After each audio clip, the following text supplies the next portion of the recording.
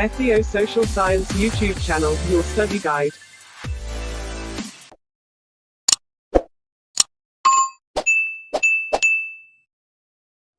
ሃይ ሰላም እንዴት ናችሁ? የኢትዮ ሶሻል ዩቲዩብ ቻናል ተመልካቾች ዛሬም እንደተለመደው ይዤላችሁ የመጣሁት ሂስትሪ ግሬድ 12 ዩኒት 3 ቀጣዩን ፓርት ነው እና ደግሞ የዩኒት 3 የመጨረሻውን ፓርት ነው ይዤላችሁ የመጣሁት ማለት ነው።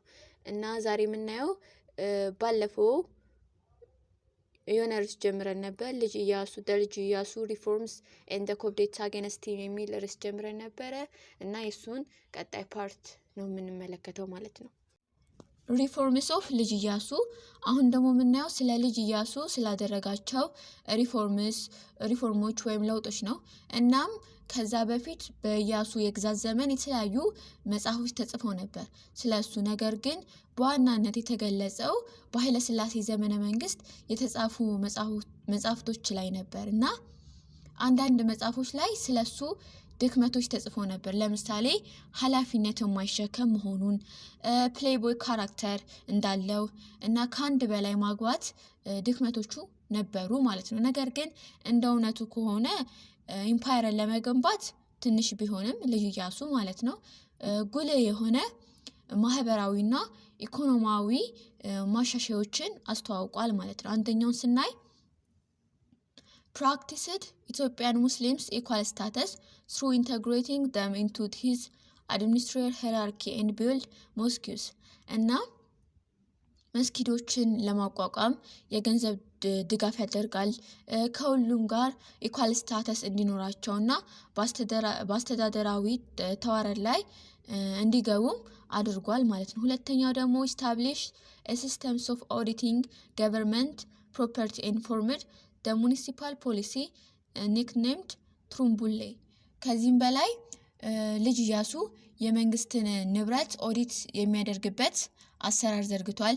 ሌላ ደግሞ ትሩምቡሌ የሚባል የማዘጋጃ ቤት ፖሊስንም አቋቁሟል ማለት ነው። ሶስተኛው ደግሞ attempts at the secularization of modern education in Ethiopia እና የተለየ የትምህርት ክፍልንም አቋቁሟል። ከዚህ በፊት የትምህርት ስርዓቱ በሚኒሊክ ጊዜ የሚመራው በሊቀ ጳጳሱ ስር ነበር እና በኢያሱ ጊዜ ደግሞ የኢትዮጵያ ዘመናዊ ትምህርት ከሃይማኖት የጸዳ እንዲሆንም አድርጓል ማለት ነው።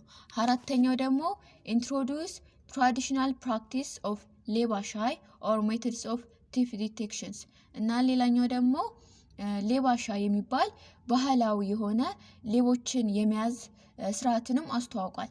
እና ይሄ እንዴት ነው ስንል አንድ ጥፋተኛ የተባለ ወንጀለኛ አደንዛዥ እጽ ይሰጠውና ተሰረቀ ወደ ተባለበት ቤት ሲደርስ ይፈታል። ከዛ ሄዶ የሰረቀበት ቤት ላይ ከወደቀ በስርቆት ይከሰሳል ማለት ነው። ነገር ግን ይሄ ብቻ አስተማማኝ አልነበረም። ከዛ ምን ተደረገ? በቤት ውስጥ ልጁ በወደቀበት ቤት ውስጥ ማስረጃዎችን አስተማማኝ የሆኑ ማስረጃዎችን በመፈለግ በትንሹም ሊሻሻል ችሏል ማለት ነው። አምስተኛው ደግሞ ended the practice of ቁራኛ in which both the accusers and accused were chained together until justice was delivered እና ሌላኛው ደግሞ የቁራኛን ስርዓትን ወይም ተግባርን አስቁሟል። ይሄ ማለት ከሳሹም ሆነ ተከሳሹ ፍትህ እስኪገኝ ድረስ በሰንሰለት ታስረው ይቆዩ ነበር። ይሄ የቁራኛ ስርዓት ጊዜ ማለት ነው። እና ስድስተኛ ደግሞ he introduced አስራት estimate before harvester to stop cheating እና አስራት ተብሎ የሚጠራውን የመንግስት ግብር የሚሰበስበውን የመንግስት ባለስልጣን ግምት መሰረት በማድረግ በአስራት ሰፋሪዎች ላይ ይደረግ ወይም ይደርስ የነበረውን ግፍም አስቆሟል ማለት ነው። ዊክነስ ኦፍ ልጅ ኢያሱ that led to falls ልጅ ኢያሱ ለመውደቅ ወይም ከስልጣን ለመውረድ ያበቃው ድክመቶችን ነው የምናየው ቅድም እንዳየነው ማለት ነው። አንደኛው ፖሊጋመስ ሜሬጅ ከአንድ በላይ ማግባቱ፣ ሁለተኛው lack of responsibility ኃላፊነት የጎደለው መሆኑ፣ ሶስተኛው strong relation with Ethiopian Muslims and lead quarrel with the Ethiopian Christians ከሙስሊሞች ጋር ስትሮንግ የሆነ ሪሌሽን በመኖሩ ምክንያት ከክርስቲያኖች ጋር ጠብ እንዲፈጠር አድርጎታል። አራተኛው the auditing of government property exposed the investment carried on by all officials who became enemies of ልጅ ኢያሱ when they were ordered to pay back what they had misappropriated እና የመንግስት ንብረቶችን ኦዲት በማጣራት የዘረፉትን እንዲመልሱ ሲታዘዙ የኢያሱ ጠላቶች ሆኑ። ሌላ ደግሞ በእድሜ የገፉ ባለስልጣናትን እየፈጸሙ ያለውን ምዝበራም አጋልጧል ማለት ነው። In 1914 ልጅ ኢያሱ crowned his fathers as ንጉስ over the northern province of Tigray and Wallo. In 1915 Gojams and Begemiders were added to them and quarreled with Shuan መኳንንት or nobilities እና በ1914 ልጅ ኢያሱ በትግራይ ሰሜናዊ አውራጃና በወሎ ላይ ያለውን ግዛት ለአባቱ ሰጠ። አባቱ ንጉስ አድርጎ ሾሞ ማለት ነው። እናም በ1915 ጎጃምና በጌምድር ተጨመረላቸው ማለት ነው። እናም ልጅ ኢያሱ የሸዋን መኳንንት ለማስፈራራት ከዚህም በላይ አድርጓል ማለት ነው። ስድስተኛው he took ሲዳሞ from the Judge Balcha Safo and gave it to a new ally and brothers-in-law and ነጋድራስ ኃይለ ሥላሴ እናም ልጅ ኢያሱ ሲዳሞን ከደጃጅ ባልቻ ሳፎ ወስደው ለአዲሱ አጋርና ወንድም ለነጋድራስ ኃይለ ጊዮርጊስም ሰጥተው ነበር ማለት ነው። ሰባተኛው ኢያሱ appeared to become a close friend of Ottoman Turks in Germany who were mortal enemies of the three parties powers in the First World War እናም ልጅ ኢያሱ የመጀመሪያውን የዓለም ጦርነት ላይ የነበሩትን የትሪ ፓርቲ ፓወር አባላትን ኦቶማን ቱርኪና ጀርመንን ክሎስ ፍሬንድ ማድረጉ አንዱ የውድቀቱ መንስኤዎች ነበሩ። ምክንያቱም የሸዋ መኳንንቶች ልጅ ኢያሱን ከስልጣን ለማስወገድ የትሪፕል ፓርቲ ፓወርን ከጎናቸው አድርገው ነበር ማለት ነው።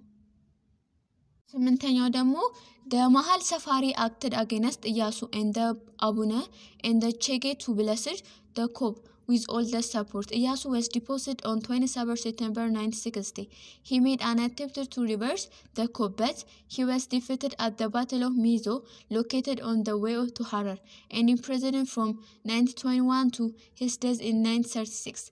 እና ልክ እንደ እቴጌ ጣይቱ ሁሉ መሃል ሰፋሪም በኢያሱ ላይ እርምጃ ወሰደ እና አቡነና ጨጌም እንዲሁ መፈንቅለ መንግስቱን ባረኩት ወይም ደገፉት ማለት ነው። እናም በዚህ ሁሉ ድጋፍ ኢያሱ መስከረም 27 ቀን 1916 ከስልጣን ተወገደ። እናም ኢያሱ ስልጣኑን ለመከላከል ዝግጁ አልነበረ እና በዋና ከተማው መፈንቅለ መንግስት ሲካሄድ እሱ ጅጅጋ ነበር። እና መፈንቅለ መንግስቱን ለመቀልበስ ቢሞክርም ወደ ሐረር በሚወስደው መንገድ ላይ በሚገኘው በሚኤሶ ጦርነት ተካሂዶ ተሸነፈ ማለት ነው። እናም አባቱ ንጉስ ሚካኤልም ልጁን ወደ ስልጣን ለመመለስ ብዙ ሙከራዎችን አድርጎ ነበር። ከዛም ከሰሜን ኢትዮጵያ 80,000 የሚጠጉ ወታደሮችን ይዞ በመምራት ጥቅምት 17 ቀን 1916 በጦራ በመስክ ላይ በተደረገው ጦርነት መጀመሪያ ላይ ትንሽ ድል አስመዝግቦ ነበር። ነገር ግን ሙሉ በሙሉ ተሸንፎ በሸኖ ከተማ አቅራቢያ በተደረገው የሰገሌ ጦርነት ደም አፋሳሽ ጦርነት ተማረከ። ከዛም በጥቅምት 27 ቀን 1916 ንጉስ ሚካኤል ከ2 ዓመት እስራት በኋላ አረፉ ወይም ሞቱ ማለት ነው። ከዛ ኢያሱ በ1921 በትግራይ ተይዞ በመጀመሪያ በፍቼ ታሰረ። ከዛ በ1932 ለማምለጥ ሞክሮ አልተሳካለትም። ስለዚህ ወደ ጋራ ሙላታ በሐረርጌ ጠቅላይ ግዛት ተዘዋወረ። ከዛ እዛው እስር ቤት እንዳለ በ1936 ዓመተ ምህረት ሞተ ወይም አረፈ ማለት ነው። አሁን የምናየው ደግሞ ዘዲሃርኪ in 1970 up to 30 ይሄ ማለት ስልጣን ዲሃርኪ ማለት ስልጣን በሁለት ሰዎች ወይም ግሩፖች መካከል ሲሆን ዲሃርኪ እንላለን። ማለትም በዘውዲቱና በተፈሪ መካከል ያለው ስልጣን ዲሃርኪ ይባላል ማለት ነው። The Battle of Sagale which claimed the life of more than 2,000 troops from both sides marks the bloody complications of the struggles against the challenge of ልጅ ኢያሱ እና ይሄ የባትል ኦፍ ሰገሌ የምንለው ከ2000 የሚበልጡ ወታደሮች የጠፉበትና ይህ ጦርነት ደግሞ ለልጅ ኢያሱ ትግል ደም አፋሳሽ ፍጻሜም እንዲሆን አድርጎታል ማለት ነው። እናም በተጨማሪ ደግሞ የንጉስ ሚካኤል ውድቀት የወሎን ግዛት ራስ በራስ የማስተዳደር ስልጣንን እንዲቆም አድርጎታል ማለት ነው። The fall of Iyasu also marked the restoration of Shawan political supremacy. The coup makers crowned the daughters of Minilik, Zawditu, as empress on February 1917. ራስ ተፈሪ መኮንን was made her to the throne. እና የኢያሱ ውድቀት የሸዋን የፖለቲካ የበላይነት መልሶ እንዲያገኝ አድርጎታል። ከዛ መፈንቅለ መንግስት አድራጊዎች የሚኒሊክን ልጅ ዘውዲቱን በየካቲት 1 ቀን 1917 ዓ.ም ንግስት አድርገው ዘውድ ጫኑላት ማለት ነው። ከዛ ራስ ተፈሪ መኮንንን ደግሞ አልጋ ወራሽ አደረጉት ወይም ሆነ ማለት ነው። እና ከዛ ለሸዋ መኳንንት ዘውዲቱ ተመራጭ የሆነችበት ምክንያት እሷ የሚኒሊክ ልጅ ስለነበረችና በፖለቲካው ደግሞ የኮንዘርቫቲቭ አመለካከት ወይም ወግ አጥባቂ ስለነበረችም ነው የተመረጠችው ማለት ነው። ነገር ግን ዘውዲቱ ወንድ ልጅ አልነበራትም እና የመተካካትን አለመግባባቶችን ለማስወገድ ወራሽ ተመረጠ። ከዛ ተፈሪ አንደኛ ለወራሽ ተመራጭ ነበርና እሱ ራሱ የሸዋ መኳንንት አባልና የሸዋ ንጉሳዊ ቤተሰብ በተለይ ደግሞ በሐረር ገዢነታቸው ላይ የሚታየው የአስተዳደር ብቃት ነበረውና ደግሞ ወጣትና ንቁም ነበረ። ስለዚህ አልጋ ወራሽ ተደርጎ ተመረጠ ማለት ነው። Zawditu and Teferi worked well together. Zawditu presided over all deliberations in which important decisions were taken. እናም ተፈሪና ዘውዲቱ ለተወሰኑ አመታት አብረው ጥሩ ሰርቶ ነበርና ዘውዲቱ ጠቃሚ ውሳኔዎችን የተላለፉባቸውን ሁሉንም ምክክሮች መርቷልና ተፈሪ ሁሉንም ዋና ዋና ጉዳዮችን ወደ እርሷ ውሳኔዎችን እንድትወስን ጠቁመዋል ማለት ነው።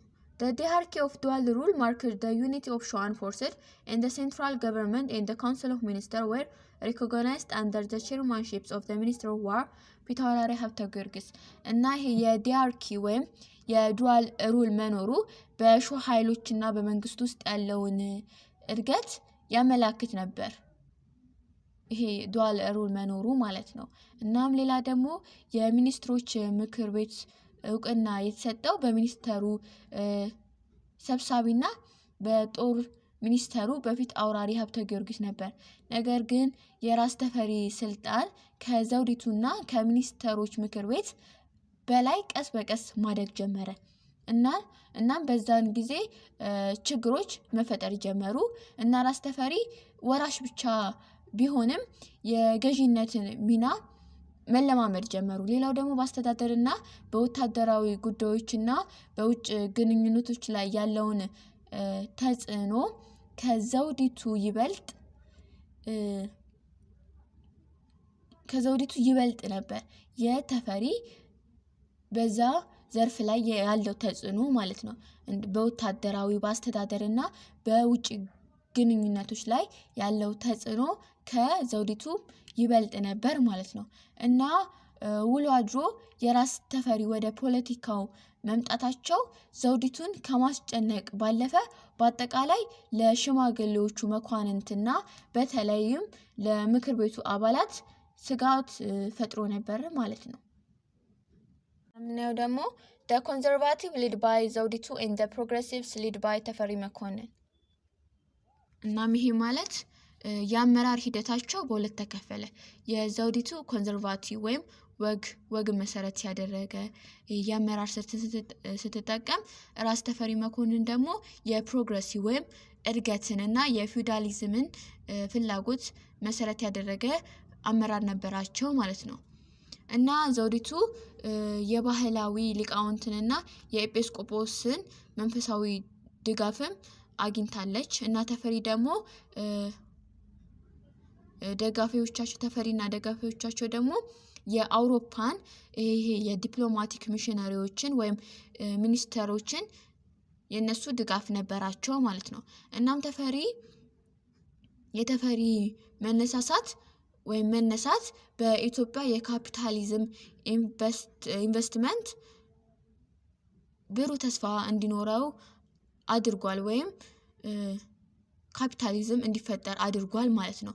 እናም በወግ አጥባቂ ወይም በኮንዘርቫቲቭ እና በፕሮግሬሲቭ ቡድኖች መካከል የነበረው ትግል ከጊዜ ወደ ጊዜ እየከፋ ሄደ ማለት ነው። እና በሄደ ቁጥር የኃይል ሚዛኑ ወደ ተፈሪ ተሸጋገረ ወይም እስኪሸጋገር ድረስ ለአመታት ያክል የዲሃርኪ ወይም የዱዋል ሩል ሊቆይ ይችላል ማለት ነው። እናም ራስ ተፈሪ ናቹራሊ ጊፍትድ ነበሩ፣ ትዕግስተኛ ነበሩ፣ አላማውንና እቅዱን የመደበቅም አቅም ነበራቸው። ቆራጥና ዲፕሎማሲያቸውን በተሳካ ሁኔታም የመጠቀም ችሎታ ነበራቸውና ይሄ ስኬቶቹን ይናገራሉ የተፈሪን ማለት ነው። ሌላ የምናየው ደግሞ the chief events in his rise to power were the following in chronological orders። ይህም ማለት ደግሞ ተፈሪ መኮንን ወይም ኃይለ ሥላሴ ወደ ስልጣን ሲመጡ የነበሩት ዋና ዋና ክንውኖች በጊዜ ቅደም ተከተል ነው አሁን የምናየው ማለት ነው። The first one is in 1918 12 members of the Council of Ministers removed from power except only the Minister of Power ፊታውራሪ ሀብተ ጊዮርጊስ accused of corruption and embezzlement, and the captures of ልጅ ኢያሱ in 1921 eliminated the rivals for the truth። እና ይሄ ማለት እንደ አውሮፓውያን አቆጣጠር በ1918 12 የሚጠጉ ሚኒስተሮች ከዛ በፊት ይሄ ተፈሪ ከጀርባ ሆኖ ወይም ከኋላ ሆኖ የሰራው ስራ ባይታወቅም ወይም ግልጽም ባይሆንም ስልጣናቸው በማድረግ ላይ ያሉ 12 የሚኒስተሮች ምክር ቤት አባላት 12 የሚኒስተሮች ምክር ቤት አባላት ያቀፈውን ተቃዋሚዎች በዘውዲቱ ትዕዛዝ ከስልጣን ተወገዱ ማለት ነው 12ቱ። እና እነዚህ ሚኒስትሮች በሙስና የተከሰሱ ነበሩ። ነገር ግን በስልጣን ላይ የቆዩት ብቸኛው የጦር ሚኒስተር ፊታውራሪ ሀብተ ጊዮርጊስ ብቻ ነበሩ ማለት ነው። እና ሌላ ደግሞ በ1921 የልጅ ኢያሱ መያዝ ለተፈሪ አንድ የዙፋን ተቀናቃኝ እንዲወገድ አድርጎላቸዋል ማለት ነው። ሁለተኛው ደግሞ in 1923 Ethiopian became a members of the League of Nations under the preconditions of abolition of slave trade and slavery። እና በ1923 ኢትዮጵያ የሊግ ኦፍ ኔሽን አባል ሆነች እና የባሪያ ንግድንና ባርነትን እንደማታካሄድም ተስማማች ማለት ነው። ለዚህም በ1923 እና በ1924 ሁለት አዋጆች ወጥተውም ነበር ማለት ነው ባርነትን በተመለከተ። ከዛ በኋላ ከጋራ ደህንነትና ጥቅም በተጨማሪ ኢትዮጵያ ወደ ሊጉ መግባቷ የተፈሪን ሰፊ ዲፕሎማሲያዊ ግንኙነት አመቻችቶለታል ማለት ነው። እና ሶስተኛው ደግሞ in 1924 ራስ ተፈሪ and some nobility made a grand tours to Europe, seeking first-hand exposure to Western civilization as well as trying to get access to the sea for Ethiopians። እና እንደ አውሮፓውያን አቆጣጠር በ1924 ራስ ተፈሪና አንዳንድ መኳንንቶች ወደ አውሮፓ ታላቅ ጉብኝት አደረጉ ማለት ነው። ልክ እንደ ብሪታንያ፣ ግሪክ፣ ኢየሩሳሌም፣ ፈረንሳይ፣ ጣሊያን፣ ቤልጂየም፣ ስዊዘርላንድ፣ ስዊድን እና ግብጽ የመሳሰሉ ሀገራት ማለት ነው። እና በዚህ እነዚህ የተደረጉ ጉብኝቶች በዋናነት በትምህርት ቤቶች፣ በፋብሪካ፣ በሆስፒታሎች እና በአብያተ ክርስቲያናት ላይ ያተኮሩ ነበሩ ማለት ነው። እና ይሄ ጉብኝት ለኢትዮጵያውያን ትልቅ መነሳሳትን የፈጠረ ነበር። እናም ራስ ተፈሪ ለዘመናዊ ቴክኖሎጂ፣ አስተዳደር፣ ወታደራዊ ስልጠና እና ሌሎች ተቋማት ያላቸውን ፍላጎት ጨምሯል ማለት ነው። ምንም እንኳን ከባህር ማዶ ጉብኝት በፊት ጠንካራ ፍላጎት ቢኖራቸውም ከአውሮፓ ጉብኝት በኋላ በጣም የበለጠ ጠንካራ ሆኖ ነበር ማለት ነው። አራተኛው ደግሞ the natural death of ፊታውራሪ ሀብተ ጊዮርጊስ and Abuna Matheos in 1926 were also a golden opportunity for Ras Teferi, as the two very strong military and religious challengers to his political ambitions were removed in succession. He took over the army of Fitaurari Habte Giorgis and distributed his large tract of land to allies. እና የፊታውራሪ ሀብተ ጊዮርጊስ እና የአቡነ ማቴዎስ በ1926 ዓመተ ምህረት መሞት ለራስ ተፈሪ ወርቃማ እድል ሆኖላቸው ነበር ማለት ነው። ምክንያቱም ሁለቱ ጠንካራ ሰዎች በራስ ተፈሪ ላይ ወታደራዊና ሃይማኖታዊ ፍላጎት ላይ ጠንካራ ተቀናቃኞች ነበሩ ማለት ነው። እናም ራስ ተፈሪ የፊታውራሪን ሀብተ ጊዮርጊስን ጦር ተረክቦ ለአጋሮቹ መሬቱን አከፋፍሏቸው ነበር ማለት ነው። አምስተኛው in 1927 Ras Teferi succeeded in getting unconditional surrender of another strong opponent of his growing power, Dejash Balcha Safo, the governor of Sidamo. That prosperous province was given first to an ally and then to the son-in-law of Ras Teferi, Ras Desta Damtao. እና በ1927 ራስ ተፈሪ የሲዳሞ ገዢ ሆነውን ደጃች ባልቻ ሳፎ ባልተጠበቀ ሁኔታ ወይም ያለምንም ቅድመ ሁኔታ ከስልጣናቸው ተባረሩና ለራስ ተፈሪ አማች ለራስ ደስታ ዳምጠው ተሰጠው ማለት ነው። ስድስተኛው in 1928 አባ ውቃው commanders of the imperial bodyguard revolted against Ras Teferi in defense of the decreasing power of Empress Zawditu, but he was soon forced to surrender and he was at first sentenced to death. Through later, this was changed to the life imprisonment. እናም እንደ አውሮፓውያን አቆጣጠር በ1928 የደጃዝማች አባ ውቃው የንግስቷ ጦር አዛዥ የነበረው እሱ ሰውዬ በእቴጌ ዘውዲቱ እየቀነሰ የመጣውን ስልጣን ለመከላከል በራስ ተፈሪ ላይ አመጹ። ነገር ግን ብዙም ሳይቆይ እጁን እንዲሰጥ ተገደደና መጀመሪያ ላይ የሞት ፍርድ ተፈርዶበት ነበር እና ምንም እንኳን በኋላ ላይ ይሄ ወደ እድሜ ልክ እስራት ተቀይሮለታል ማለት ነው። እና ይሄም እንዲሆን ያደረጉት ተፈሪ ለእቴጌጣይቱን በማግባባት አባ ውጋው ቤተመንግስቱን ያውካል እና በቤተመንግስቱ ውስጥም ደም እንዲፋሰስ ያደርጋል በሚል ነበር ማለት ነው። ሰባተኛው ደግሞ in October 1928 Zawditu formally crowned ተፈሪ ንጉስ. He was made king of Ethiopians heir to the throne. እና በጥቅምት 1928 ዘውዲቱ ተፈሪን ንጉስ አድርገው በይፋ ዘውድ ጫኑለት ማለት ነው። እና የኢትዮጵያ ንጉስ አልጋ ወራሽ ተባለ። እናም ከኮንዘርቫቲቭ ቡድን የመጨረሻው ተቃዋሚ ደግሞ የነበረው የእቴጌ ጣይቱ ባለቤት የነበሩት ራስ ጉግሳ ዋሊ ነበሩ። እና ዘውዲቱና ጉግሳ በ1917 ነበር የተፋቱበት ምክንያት በሸዋ መኳንንት ዘውድ ስትጭን ነበረ ዘውዲቱ ማለት እና ዘውዲቱ ጉግሳን የበጌ ምድር አስተዳደር ብታደርገው በ1918 ዓመተ ምህረት ለብቻቸው ተጠያቂ ነው ተብሎ የተጠረጠረው ተፈሪ መኮንን ነበር ማለት ነው።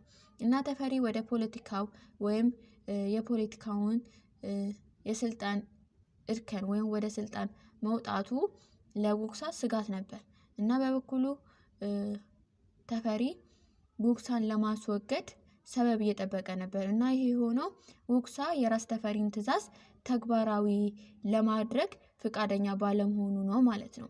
እናም በ1929 የራያና ያዘቡ አመጽ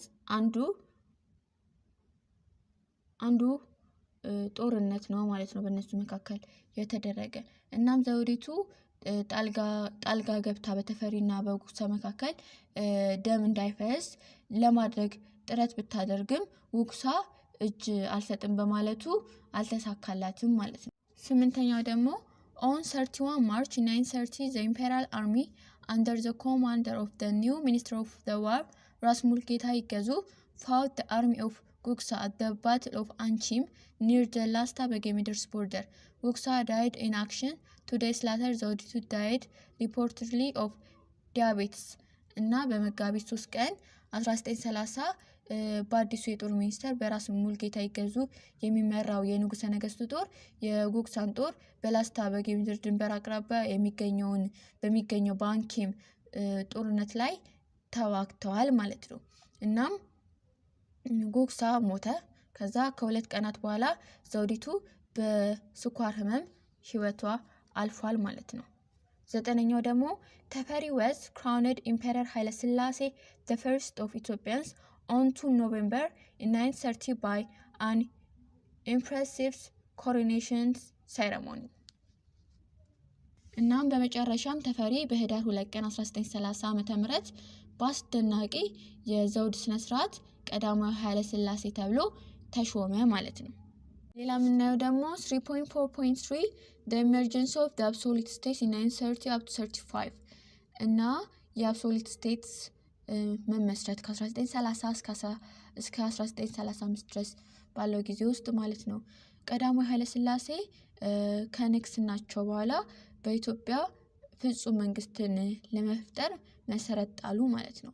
እና ሌላ ደግሞ የክልላዊ ኃይሎችን አስወግደው ጠንካራ የኢኮኖሚ መሰረት ላይ የራሱን አውቶክራሲያዊ ኃይልን ለመገንባት ሞክረውም ነበር ማለት ነው። እናም ጠቃሚ እርምጃዎችንም ወስደዋል። አንደኛው in 931 he laid a legal base for the absolutist state of issuing the first written constitution for Ethiopia እና በመጀመሪያ በ1931 ዓመተ ምህረት ለኢትዮጵያ የመጀመሪያውን የተጻፈ ህገ መንግስት በማውጣት ለፍጹማዊ መንግስቱ ህጋዊ መሰረትንም ጥለዋል ማለት ነው። እና ይህ ህገ መንግስቱ ዘመናዊ ፖለቲካን ለማምጣት የመተካካትን ልማዳዊ ችግርን ለማስቆምና ብሔራዊ ውህደቶችን የመገንባት ዓላማም እንዳለው ተነግሯል ማለት ነው። ሌላው ደግሞ የህገ መንግስቱ ይዘት ግን የንጉሠ ነገሥቱን ፍጹም ስልጣንን ለመገንባትና በዘራቸው የመተካካትን መብትን ማረጋገጥ ላይ ትልቅ ትኩረትንም ያሳያል ማለት ነው። ስለዚህም ህገ መንግስቱ የንጉሠ ነገሥቱን መለኮታዊ የመግዛት መብትን እንዲሁም ለህዝባቸው በራሳቸው ፈቃድ ህግ የማውጣትን መብት እንዳላቸውም አረጋግጧል ማለት ነው። ሁለተኛው ኃይለ ሥላሴ completed the process of building centralized administrations እና ሁለተኛው ደግሞ በሁለተኛ ደረጃ ይሄ አውቶክራቲክ ህገ መንግስታዊ መብታቸውን መሰረት በማድረግ ኃይለ ሥላሴ የተማከለ አስተዳደርን የመገንባት ሂደታቸውን አጠናክረዋል ማለት ነው። እናም አብዛኞቹ የደቡብ ክልሎች በአፄ ምኒልክ ዘመን በንጉሳዊ ተሿሚዎች እጅ ወርቀው ነበር ማለት ነው እንደነበረም ይታወቃል። እና ኃይለ ሥላሴ ተመሳሳይ የማዕከላዊ ሂደትን ተከተለ ልክ እንደ አፄ ምኒልክ ማለት ነው። እና በዚህ ምክንያት ከሰገሌ ጦርነት በኋላ ራሱን የቻለ የወሎ ግዛት ለትልቅ ልጃቸው ለአሰፋ ወሰን ሰጡት። ከአንኪም ጦርነት በኋላ ደግሞ ይሄ በጌምድርን በኃይለ ሥላሴ ተሿሚ በራስ ካሳ በሱ ስርም ሊሆን ችሏል ማለት ነው። በተመሳሳይ ደግሞ የጎጃምና የጅማ የራስ አስተዳደር አውቶክራቲክ ሩል በ1932 እና በ1933 አብቅቷል ማለት ነው። ራስ በራሳቸውን ማስተዳደራቸው ቆሟል ማለት ነው። ሶስተኛው ደግሞ the absolutist state worked hard at physical centralization mainly in customs administrations እና ሶስተኛው ደግሞ ይሄ ፍጹማዊ መንግስቱ ምን አደረገ? በዋናነት በጉምሩክ አስተዳደር ላይ ጠንክሮ መስራት ጀመረ ማለት ነው። ከዛም መንግስቱ የድሮን የክፍለ ሀገር ኬላዎችን ወይም የጉምሩክ ልኡክ ጸሐፊዎችን አስወግዶ በጥቂት እውቅና ባላቸው እና በማዕከላዊ ቁጥጥር ስር ባሉ የጉምሩክ ጣቢያዎች ተኩቷቸዋል ማለት ነው። አራተኛው ደግሞ the emerging absolute states gives due attention to the modernizations of its army Moreover, in 1934, the Ethiopian government opened the first office training school at Holeta Genet by recruiting its teaching staff from Swedish officers. እና በመጨረሻም ይሄ አብሶሉት ስቴቱ ወይም መንግስቱ ሰራዊቱን ለማዘመን ትልቅ ትኩረት ሰጥቶ ይሰራ ነበር ማለት ነው። እናም የተጀመረው በ1920 ዓመተ ምህረት ወጣት የተማሩ ኢትዮጵያንን ወደ ውጪ በመላክ ነበር ማለት ነው። እና እንደ አውሮፓውያን አቆጣጠር በ1930 የቤልጂየም መኮንኖች የንጉሠ ነገስቱን ጠባቂ ቡድን የሶስት ሻለቃ ጦር እግረኞችን ወይም ወታደሮችን እንዲያሰለጥኑ ተደረገ ማለት ነው። ወይም በማሰልጠን ላይ ቆዩ ማለት ነው። ከዚህም በላይ በ1934 የኢትዮጵያ መንግስት በሆለታ ገነት የመጀመሪያውን የመኮንኖች ማሰልጠኛ ትምህርት ቤት ከስዊድን መኮንኖች በመመልመል ከፈተ ማለት ነው። እና ይሄ የካዴት ትምህርት ቤት የ3 ዓመት ስልጠና ፕሮግራም ነበረው። ነገር ግን በ1935 ጣሊያን ኢትዮጵያን እስከወረረችበት ባለው ጊዜ ውስጥ ቆይቶ ነበር። ከዛ በኋላ ስትወር ተቋረጠ ማለት ነው።